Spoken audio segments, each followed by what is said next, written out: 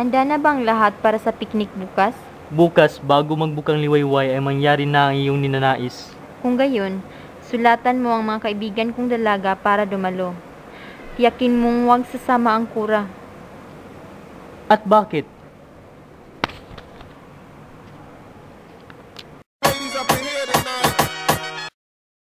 Palagay ko'y binabantayan niya ako. Natatakot ako sa matatalim at malulungkot na mga matang nakatitig sa akin. Sawari ko'y siya'y baliw. Siya'y baliw dahil siya'y nabubuhay sa dilim. Tiyakin mong hindi siya sasama.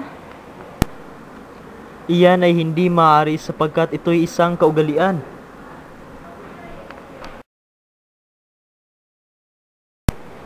Alam mo namang panay ang papuri ng kura sa akin. Sige, papayag na ako sa iyong gusto.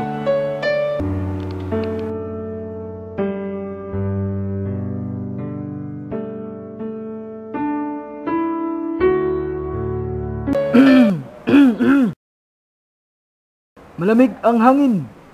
Ang dapuan ng sipon ay di gagaling agad. Para sa amin po'y hindi. Ang araw ay kalugod-lugod at ang hangin ay masarap. Ang mga buwang ito ay tagsibol at taglagas para sa amin. Nalalagas din ang mga dahon, subalit ang mga bulaklak ay laging sumisibol.